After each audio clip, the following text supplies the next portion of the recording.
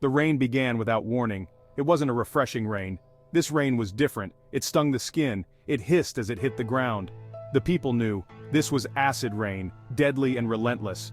Governments scrambled to protect their citizens. Underground bunkers were built. Supplies were stockpiled. The message was clear: stay inside or face the consequences. The world as they knew it was gone. The once vibrant blue sky was now a sickly yellow. The air, once filled with the sounds of life, was now heavy with the constant drumming of the deadly rain. Humanity was forced into hiding, living in fear of the deadly precipitation that fell from the sky. Their only hope lay in the forecasts, a beacon in the darkness, promising a future free from the acid rain. Norvis, a young weather forecaster, felt the weight of the world on his shoulders. Day after day, he analyzed weather patterns, searching for any sign, any indication of when the acid rain would stop. The forecasts were their lifeline. 30 days. That's what the models predicted. 30 days until the acid rain subsided. 30 days until they could rebuild their lives. He understood the importance of his role. He was tasked with providing hope in the darkest of times. Each day, he delivered the same grim forecast. Each day, the hope in the hearts of the survivors dwindled. Norvis, however, clung to the belief that they could weather this storm. He had to. The survival of humanity depended on it. One day, poring over the data, Norvis noticed a discrepancy. A blip in the intricate web of atmospheric readings. Could this be it? Could this be the breakthrough they had been waiting for? He ran the numbers again and again. Each iteration confirmed his suspicions. The rain was subsiding. It was happening faster than they had anticipated. There was a chance. Excitedly, he called his colleagues over, pointing to the data. Look, the rain, it's stopping, it's happening. He could barely contain his excitement. Finally, some good news. The other forecasters, however, urged caution. They reminded Norvis that the models were still unstable. Interfering could have disastrous consequences. They needed to be patient. But patience was a luxury Norvis felt they didn't have. He saw the hope fading in the eyes of the survivors. He felt the weight of their expectations. He had to do something. In the control room, a single red button pulsed with an eerie light. It was a last resort, a manual override for the weather control system. It was a button never meant to be pushed. Ignoring the warnings of his colleagues, Norvis made a fateful decision. He would take matters into his own hands. He would be the savior.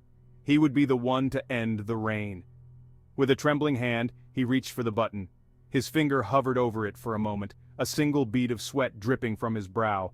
Then, with a decisive push, he pressed it. Section 5. The acid tears from the sky. At first nothing happened. Norvis held his breath, his heart pounding in his chest.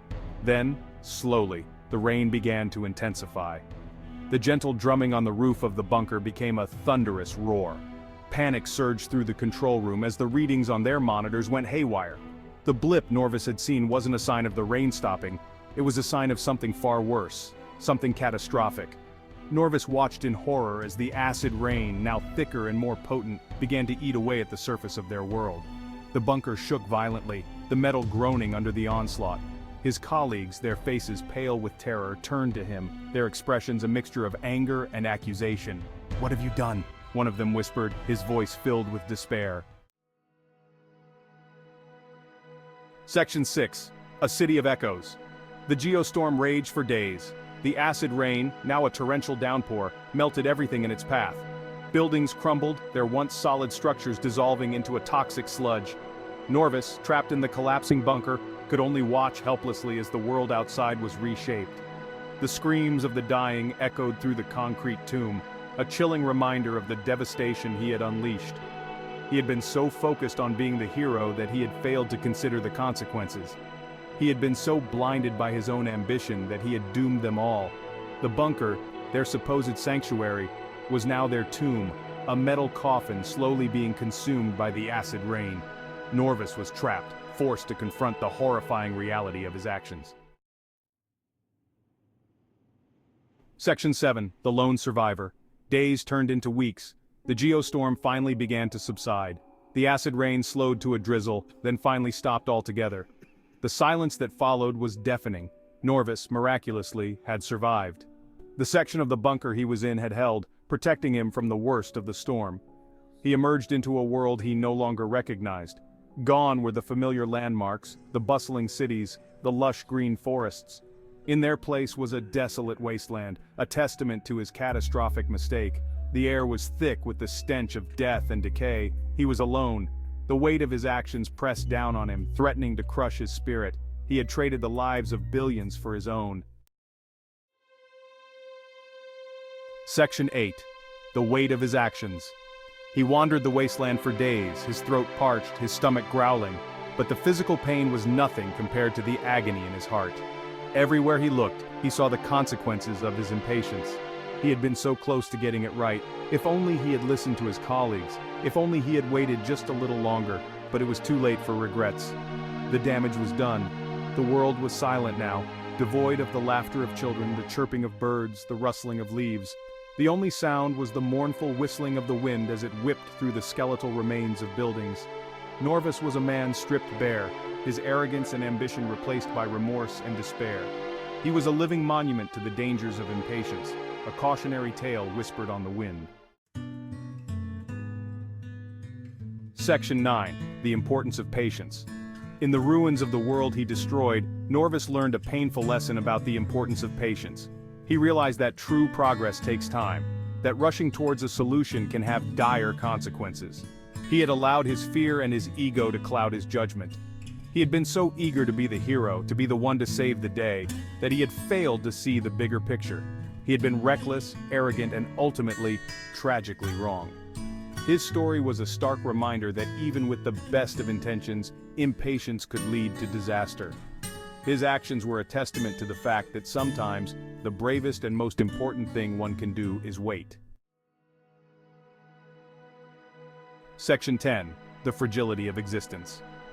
He was a prisoner in a world of his own making, haunted by the ghosts of those he had condemned. His story was a testament to the fragility of existence, a reminder that even the most advanced civilizations could be wiped out in an instant. As he stumbled through the wasteland, his shadow stretched out before him, a constant reminder of his sin. He was a living paradox, a survivor haunted by the ghosts of those he could not save. The geostorm might have subsided, but the true storm raged within him. It was a storm of guilt and regret, a storm that threatened to consume him entirely. But amidst the desolation, a flicker of hope remained. He could honor the memory of those he had lost by learning from his mistakes. Section 11. The echoes of our choices. Norvis's tale is a cautionary one, a story whispered on the wind, carried on the echoes of a world lost. It's a reminder that our choices have consequences, that even the smallest actions can have a ripple effect that extends far beyond ourselves.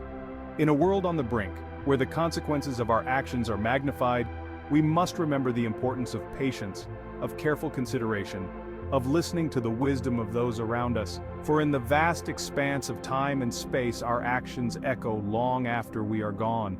Let those echoes be a testament to our wisdom, not our folly. Let them be a beacon of hope, not a harbinger of destruction. The story of Norvis is a stark reminder. In a world teetering on the edge, sometimes the bravest, most heroic act is simply to wait and to listen.